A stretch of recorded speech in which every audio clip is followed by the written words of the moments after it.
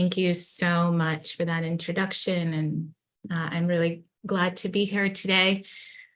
I would like to, I listened to and practiced with the lovely teacher who led the meditation yesterday on the holiday of Tu B'Av.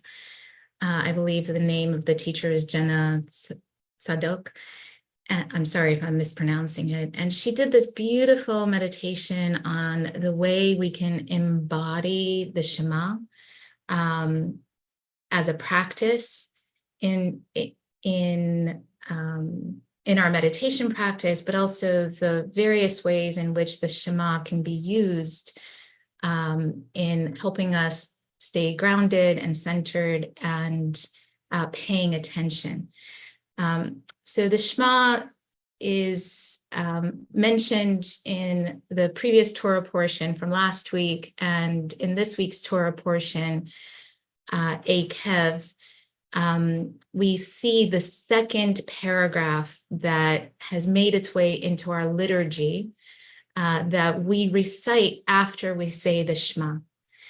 And I want to work with that today in helping us stay inspired from the holiday of Tu B'Av, from the aspect of the Shema in which we pay attention deeply with our bodies in our practice. So I'll start by saying that there is a sense in which when I read the second paragraph of the Shema, and I'll read it to you so that we're all on the same page, that feels to me almost like a conversation between two beloveds in a way, in a relationship. And there is this idea, actually Rabbi Akiva is, this quote that I'm about to share with you is attributed to Rabbi Akiva, who said, if the Torah had not been given to the Jewish people, we could have had the book of Song of Songs as our text, as our main text of Jewish life. And what is the book of Song of Songs? It is really a conversation between God and God's beloved, the people, as a metaphor that is described, as a love affair between a shepherdess and her beloved. And they're constantly looking for each other. They're constantly looking to connect. And in a way, I feel the echo of that in what I'm about to share with you right now. So in this week's Torah portion in Deuteronomy 11:13, the text says, "V'haya im shama tishma'u." And just so you know, there's a link in the chat for later. You can take a look at the source sheet. But the text says, "V'haya im shama tishma'u." If you pay attention, right? So you can hear a Shema Tishma'u. It's almost like a repetition. If you listen and you listen deeply, if you pay attention, and it goes on to say, if you pay attention, if you listen deeply to these commandments that God is giving you, loving your God, le'ahava et Adonai, with all your heart and all your soul, right? There's this deep loving relationship that is acknowledged in these words. And what's really interesting here is first the repetition of Shema Tishma'u, like the deep listening. It's not just the superficial everyday kind of listening. It's the embodied kind of listening that the meditation walked us through yesterday, the embodied Shema. But it's also, what's really interesting here is the word to love your God. You would think that it would be an infinitive version of this word, le'ahov, to love. but it says le'ahava. The verb is turned into a noun. And it's as if we're being invited not just to love, but to be in a state of love, right? Being love. It's instead of it being a verb, it's a noun. Being love. So I think it's a really beautiful passage. It happens to be, a passage that we put into our mezuzahs. It happens to be a passage that we say multiple times a day. It happens to be a passage that is in our tefillin. So there's like this sense of pay attention. This is important. It's not just part of the Torah. It's part of your everyday ritual experience.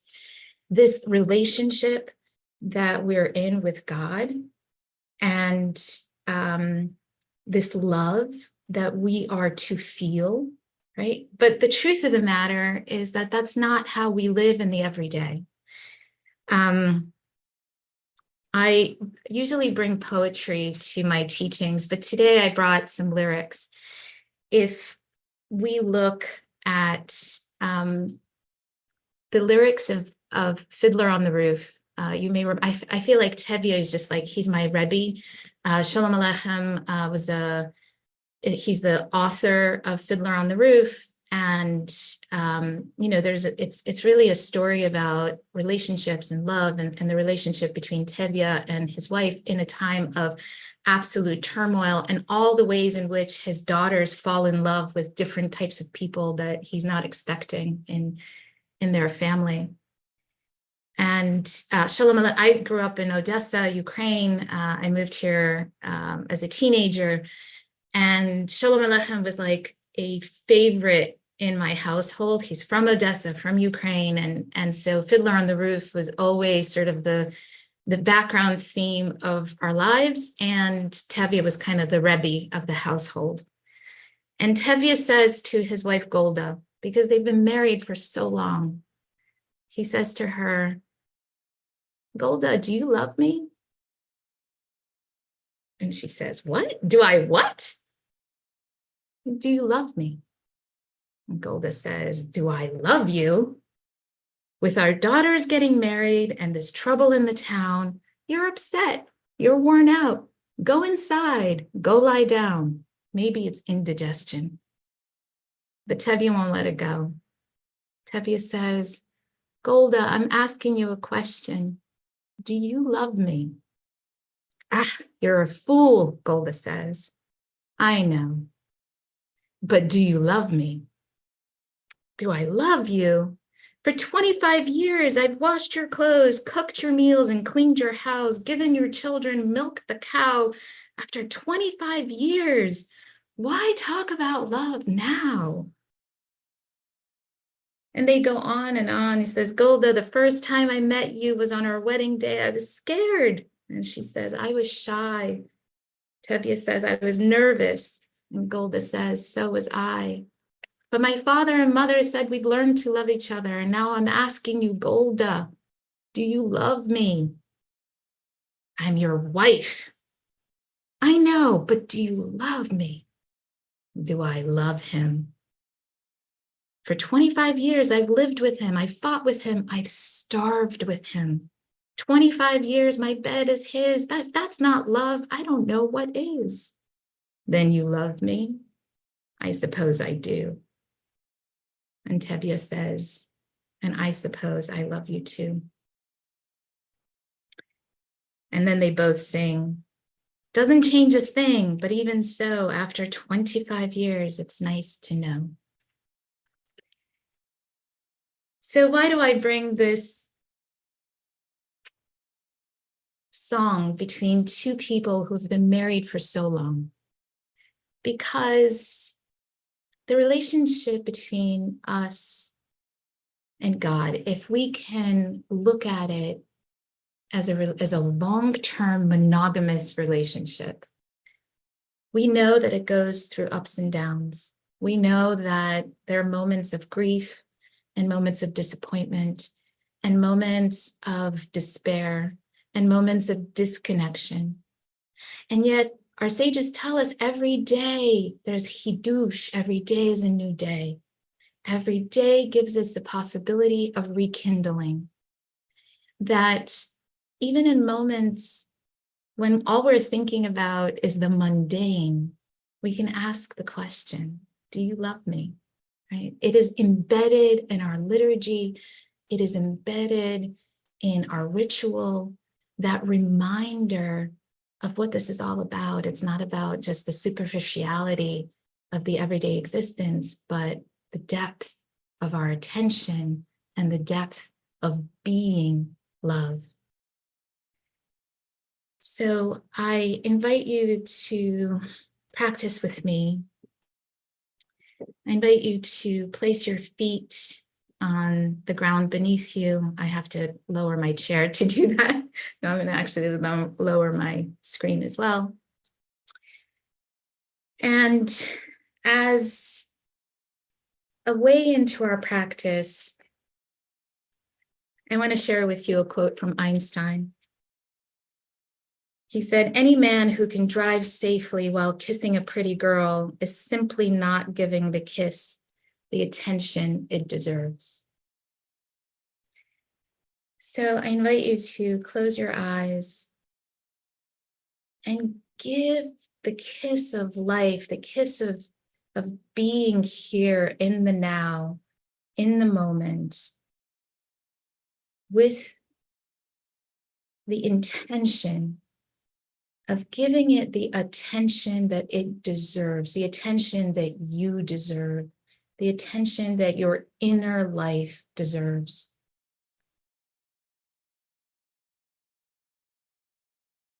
Jane Hirschfield says, what is a mystic? A mystic is someone who can look at the extraordinary, or who can find the extraordinary in the mundane simply by shifting the eyes with which we look. So look inward. Allow your body to slow down. Settle into the seat beneath you, allowing it to embrace you in a supportive, gentle hug. Give yourself attention, true attention. Allow the heart to soften, the face to relax.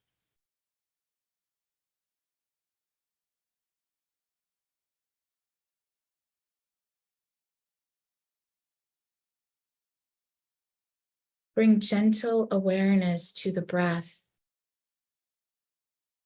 the renewing nature of the breath that comes in and leaves the body, knowing that yet another breath is available. And each time the mind wanders, each time you get distracted,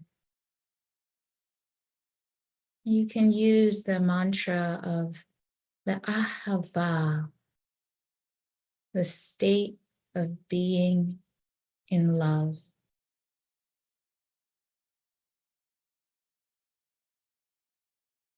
The ahava.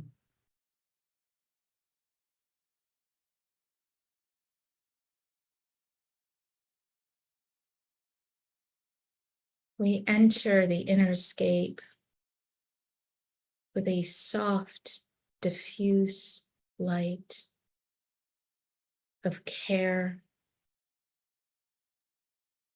of compassion, of holding.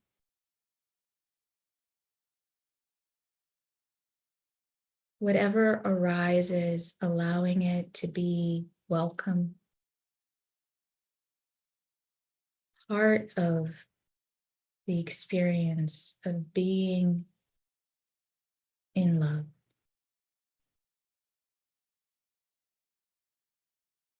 We'll practice in silence.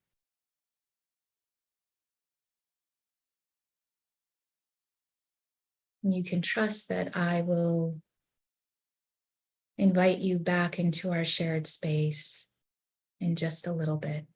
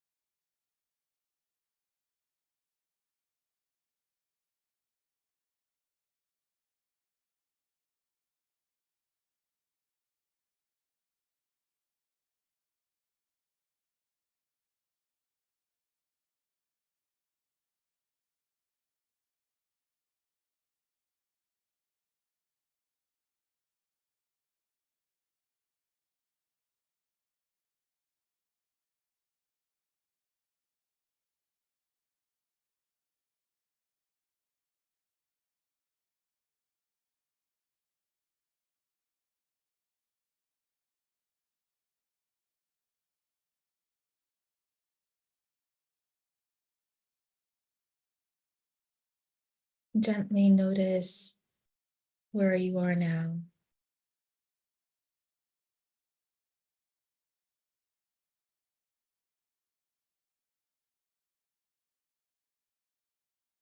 Bring your awareness back to the breath. If you have chosen Ahava as your mantra, or as your word, as an anchor,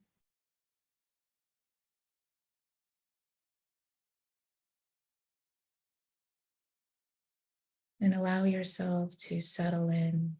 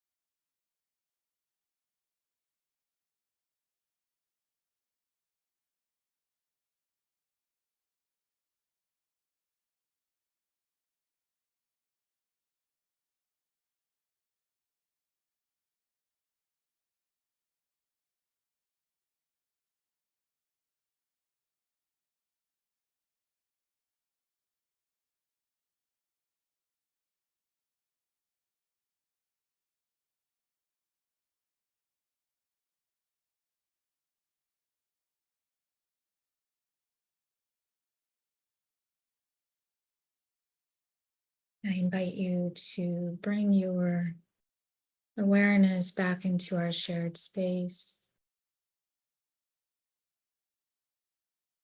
And as you open your eyes when you are ready, just notice the quality of light.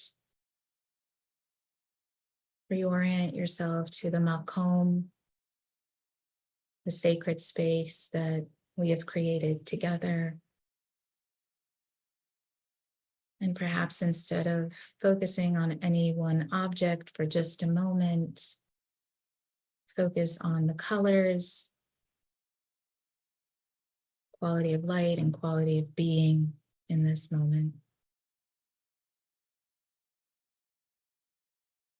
Thank you for practicing. Thank you so much, Marita, and I invite you to everybody to stay around if you can for a chance for a little reflecting and Q&A. And we'll do that in just a moment. And if you need to leave us, we wish you tzidkem shalom, farewell. We're going to put the text of the Mourner's Kaddish up on the screen. And if you are holding anyone in heart or mind today that you're saying Kaddish, as you're saying Kaddish, you're welcome to put their name in the chat. And you're also welcome to unmute and join me in reciting the Mourner's Kaddish. Yitkadal, Yitkadal, Shmei Rabbah, Amen. V'chaye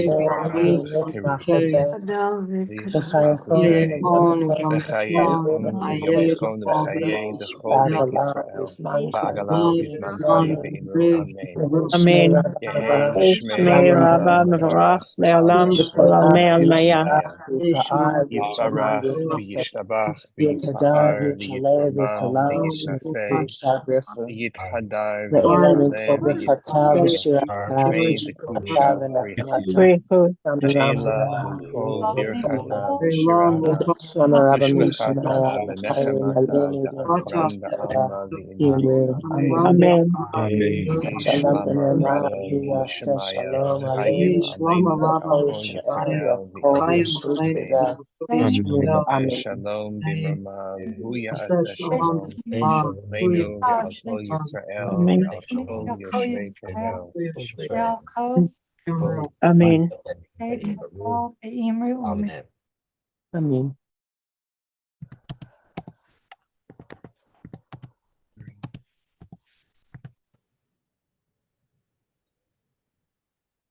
Thank you. So we'll bring Marita up back up here. There we go. All right. Thank you so much. And we've already got a couple of reflections that have already come in. And so I'm curious, of course, always to hear from everybody how your experience was. And if you have any questions, if you want to just put them, it's helpful if you can put the word question in all caps before, that would be great. Helps us to see that better. There we go. And okay. And we had a request actually, maybe Rachel can put the source sheet, the link back in the chat. Somebody might have come who missed it the first time. So Marita, thank you so much. And always great to have Fiddler on the Roof as a source. Yeah, and I'd love to hear more from you about, for yourself, you know, the invitation to think of like this sort of long-term relationship, right? You know, my wife and I have been blessed to be married 23 years, and certainly can resonate with, you know, what you're talking about. And like, you know, here's Golda and Tevye. Oh my God, we're almost as long as them. But the aspect of paying attention, right? Just like that how attention in your own experience, how that might have shifted, especially in your relationship with God, however you're relating to that. I'm curious just to invite you to reflect on that. Yeah. I had the blessing, well, I'll come back to my own sort of practice, but I want to share, I had the blessing of hearing just yesterday, was it yesterday? 2 days ago on Sunday, Rabbi Shai Held here in Atlanta, he was visiting.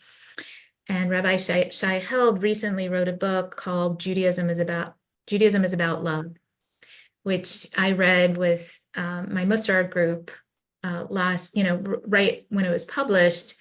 And it was really lovely to hear him talk about how ultimately, spiritual life, the source of spiritual life is love. And he spent this book of scholarship on this thesis, right? That Judaism is about love. We think of Judaism as about law and about fidelity and about commitment and about covenant, and love kind of gets lost in all of it. But it is an amazing thing that it's so much part of the embodied rituals that call for love. And just in terms of, he actually said something about tshuva. He said, relationship or like marriage is such a practice of tshuva. Because like, can you imagine any marriage in which like one strike and you're out, you make a mistake and you're done? Like there's an everyday aspect of tshuva, like in order to stay in partnership, it's a constant practice of forgiveness. And when I thought about that, I've been really angry in my divine life or my divine relationship or my relationship with the divine this year. And, I have shared this with my community, my friends, my students that, I feel like I have felt hollow and just sort of like not able to feel a sense of faith twice in my life. And one of those times was right after October 7th. And I was so lucky because I had had that experience in the past and I found my way back to faith. So it felt less scary to feel a sense of loss of faith. And so I think of tshuva as sort of a two-way street. Like we make tshuva, but then also I want tshuva for my relationship to the divine. Like I want a renewal, a rekindling, a chidush all the time. And I want to acknowledge the imperfections, the difficulties. It's not always like this amazing, Mount Sinai experience. Sometimes it hurts. And this conversation between Tevya and Golda, where like sometimes it's just like mundane. Sometimes we're just like, milking the cow and ironing the clothes and it's just like super mundane. And there's not this like aha moment of love.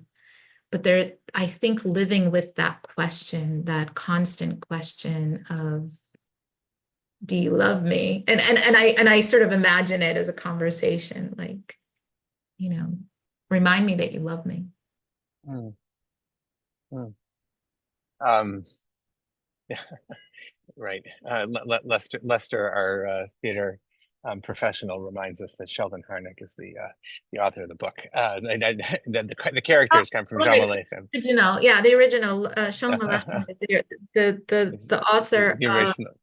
Of the story of Tevya, the Right. milkman. Right. The character. Yeah. There's a question here. Maybe they're both related. Gail, was asking a question generally about, how to nurture and develop love of God. And then Lori has this question: in relationship with my beloved husband, I've seen the necessity that we both grow and change individually and together. Can you speak to how God as beloved changes or evolves individually and in partnership with us? So really good questions.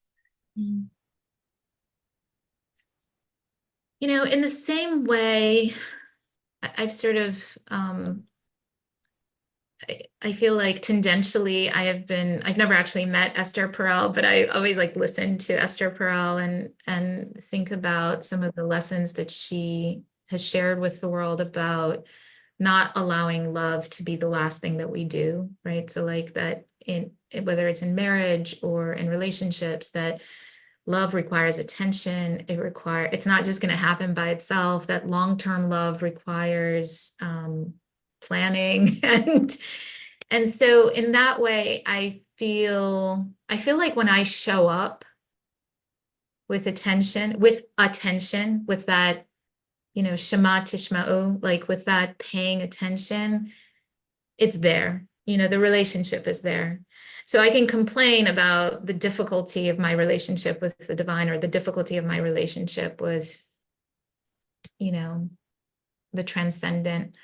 But I feel like if I show up with attention, something happens. And maybe it's different. Maybe what happens is different every time. Maybe it's not ecstatic every time, but it's there. I think there's an invitation here also just to think for a second. One of the things that I find is implicit a lot in our work at IJS that sometimes needs to be made explicit is what we're working with in terms of our theological orientation. This is going to get a little heady, but it's really important, is that a lot of our work here is very founded on the idea of a non-dual theology. right? Which comes out of Chassidut and out of Jewish mysticism, but lines like Ein od milvado, right? There is nothing but God, right? Or Melochol haaretz kivodo. We just read recently from the book of Isaiah, we say, daily in the liturgy, is that the whole earth is filled with the presence of the divine.